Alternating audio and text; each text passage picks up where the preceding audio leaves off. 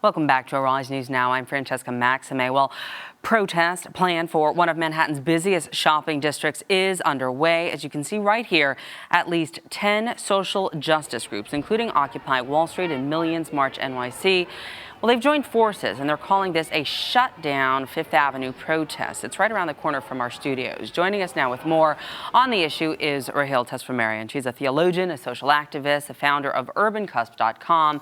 That's an online lifestyle and social justice and cultural website. Rahiel, this issue has certainly divided the city. Talk to me, first of all, about these protests. You just got out of a cab. I'm sure you saw a lot of those protesters around you. Why do you think that they're still out here tonight? I think they're still happening because there's been no change in any decisions made about the death of Eric Garner. Many of us see it as murder, and many of us feel that to let this go by without protest, without resistance, is to send a message that it's okay, not only to the system, but to everyday civilians who are seeing police officers kill people without impunity. Well, we know that 2 police officers, however, were killed last weekend by what we would call a lone wolf, so to speak, who came up from Baltimore. A lot of folks have said he was mentally ill. That's really what he was suffering from, not so much the injustices about police brutality or alleged police brutality. Ishmael Brinsley, we're seeing pictures of him there. How does this fit into the dialogue and the debate about this issue? I personally don't think it fits. It's tragic. I don't think anyone condones the murder. The protest exists to stop the violence. No one within the protest movement condones it by any stretch of the imagination. That is a mental health conversation. That is a conversation about possession of guns and how he got access to guns. That is not a conversation about the movement. He is not a movement leader. He does not speak. He did not speak for the movement. And I think to conflate the two is unfair to millions of Americans who agree with the protesters and are protesting peacefully.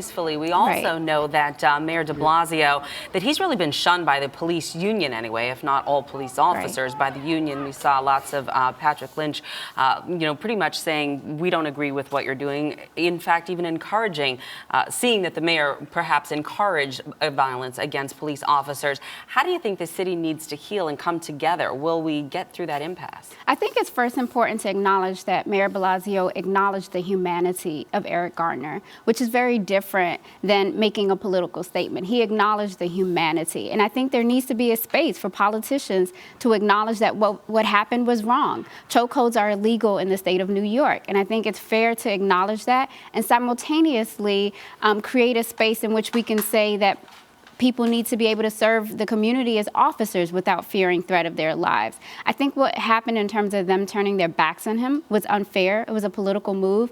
And I don't think that's what's bringing us closer to healing at this time. What would you say to the folks that are out there right now who are protesting and those against the protesters saying, listen, you're tying up traffic. It's the Christmas season. Why don't you just, wait like the mayor asked you to really until these funerals and the holidays are over? I personally encourage the protest. I think that we need to be uncomfortable. I think it's uncomfortable for the parents, for the family members of Eric Garner to spend this holiday without their loved one. I think it's unfair for many people to feel that the system has not at all acknowledged the protest. So I don't think that discomfort should be a reason to stop. I think we have to keep going. All right, Rahiel Tesfamariam, that's all we have time for. Founder of UrbanCusp.com. We appreciate your time on Arise News Now. Thank you. Well, turning now to news out of France. In Nantes, a van barreled right into a Christmas market, striking 10 people. The driver then began stabbing himself with a knife. After a third day of random violence at the height of the holiday season, France's government implored people to stay calm. France remains anxious, though, after a string of violent attacks that saw several people injured, including 3 police officers. Seema Kalia has that story. France is stepping up security after 3 days of violent lone wolf attacks. The incidents have left about 30 wounded and reignited fears of attacks by Islamist radicals. French Prime Minister Emmanuel Valls says the country faces a terrorist threat. There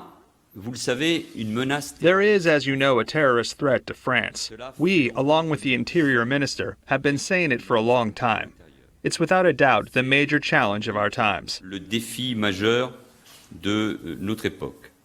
The most recent attack came Monday night in Nantes, where a man plowed his van into a crowded Christmas market, injuring at least 10 people.